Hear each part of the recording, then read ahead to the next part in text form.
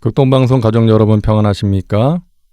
매주 이 시간 우리가 어떤 존재인지 말씀을 나누고 있는데요. 오늘은 창세기 17장 1절부터 5절 말씀을 본문으로 우리는 영향력 있는 사람입니다 라는 제목으로 말씀을 나누겠습니다. 하나님은 복 주시는 하나님이십니다. 우리는 이미 가장 귀한 복을 받았죠.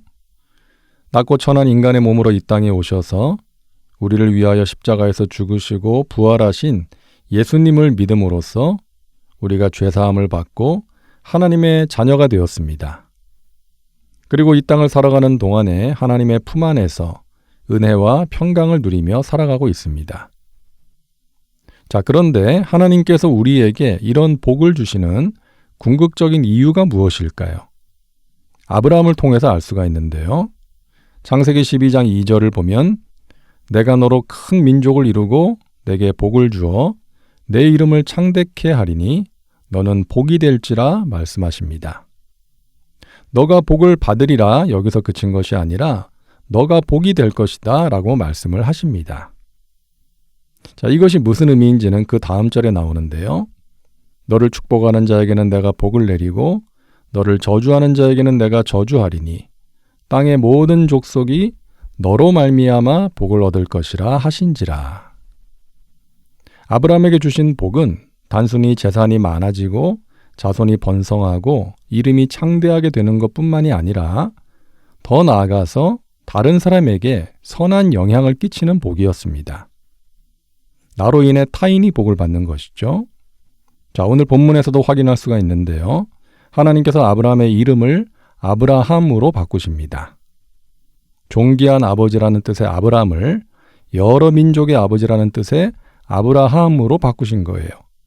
다시 말해서 여러 민족에 영향을 끼치는 사람이 된다는 것입니다.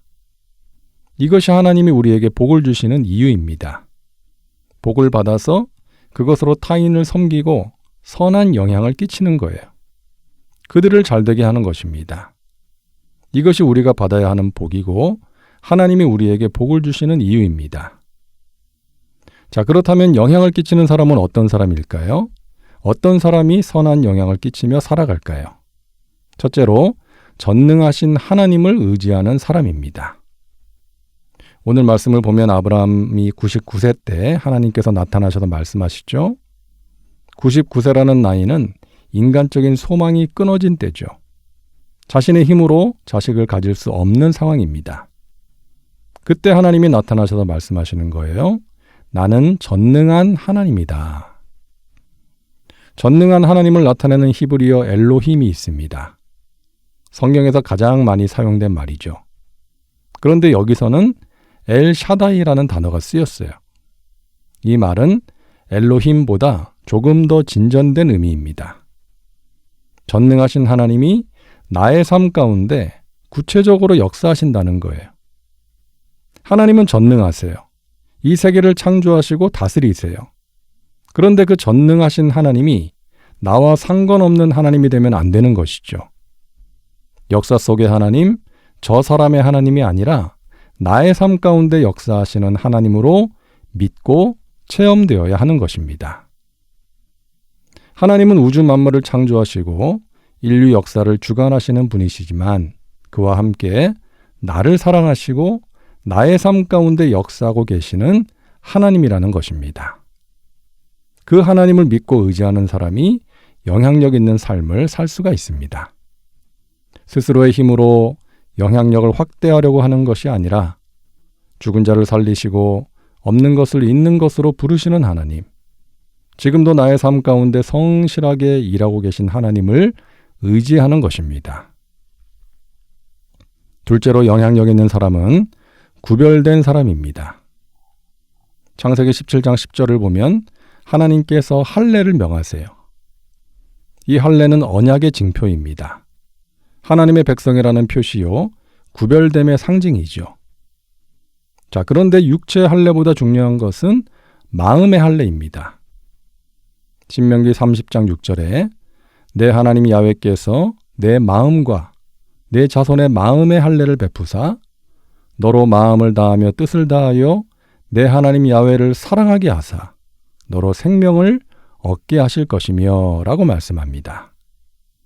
마음의 할례는 하나님을 사랑하는 것이라고 말씀합니다. 이 세상이나 세상의 것들이 아니라 하나님을 사랑하는 것입니다. 하나님을 사랑함으로 하나님과 동행하고 하나님을 사랑함으로 말씀대로 사는 것입니다. 그러함으로 세상과는 다른 모습으로 사는 것, 그것이 구별된 삶이고 영향을 끼치는 삶인 것입니다. 교회와 우리 믿는 자들이 가장 경계해야 하는 것이 세속화입니다. 세상의 방식, 세상의 가치관이 교회 안에, 우리 안에 흘러들어오면 교회는 영향력을 잃어버리게 됩니다. 우리는 바다 위에 떠 있는 배와 같은 존재예요. 배는 잠수함이 아니면 바다 위에 떠 있어야지 바다 속으로 가라앉으면 안 되죠. 그러기 위해서는 물이 배 안으로 들어오면 안 됩니다. 우리는 세상에서 살고 있지만 세상이라는 물이 우리 안에 들어오면 세상 속으로 가라앉고 마는 것입니다. 셋째로 영향력 있는 사람은 본을 보이는 사람입니다. 예수님의 제자 훈련의 백미는 본을 보이는 것이었어요. 제자들과 함께 먹고 자고 생활하면서 삶으로 가르치신 것이죠. 날마다 한적한 곳에 가셔서 기도하심으로 기도의 본을 보여주셨고 제자들의 발을 씻겨주심으로 섬김의 본을 보여주셨습니다. 내가 너희에게 행한 것 같이 너희도 행하게 하려 하여 본을 보였다라고 말씀하십니다. 부모의 가장 큰 바람은 자식이 잘 되는 것이죠. 믿음을 가진 부모라면 내 자녀가 하나님 만나고 신앙생활 잘하기를 바라는 것입니다. 그렇다면 어떻게 해야 우리 자녀가 예수님을 만날 수 있을까요? 가장 확실한 방법은 부모를 통해서 만나는 것입니다. 부모의 인격과 삶이 교회와 가정에서 판이하게 다르면 자녀의 신앙에 위기가 찾아와요. 그런 모습을 보면 자녀들은 신앙을 하찮게 여기게 됩니다. 그러나 부모가 믿음으로 살아가는 아름다운 모습을 보여주면 홍해 같은 문제를 만나고 불 같은 시험을 통과할 때에 하나님께 기도하며 이겨내는 모습, 불의와 타협하지 않고 바르게 살아가는 모습, 신앙과 삶이 일치하는 모습, 하나님을 사랑하고 이웃을 사랑하는 모습을 보여주면 자녀는 그 모습을 통해 자연스럽게 부모로부터 믿음의 유산을 물려받게 되는 것입니다. 모든 사람은 이 세상에 흔적을 남기고 떠납니다. 우리는 우리 자손들에게 물질의 유산뿐만이 아니라 하나님을 영화롭게 하는 신앙의 유산을 남길 수 있어야 합니다. 그것이 사랑하는 자녀에게 끼칠 수 있는 가장 선한 영향입니다. 전능하신 하나님을 의지함으로 구별된 삶을 살아감으로 본을 보임으로 그런 삶을 살아가시기를 바랍니다. 사랑과 은혜가 풍성하신 하나님, 우리가 사랑하는 사람들과 이 세상을 향해 선한 영향을 끼치는 삶을 살게 하옵소서. 나의 힘과 경험을 의지하지 말고 전능하신 하나님을 의지하며 구별된 삶, 본을 보이는 삶을 살게 하옵소서. 예수님의 이름으로 기도하옵나이다. 아멘.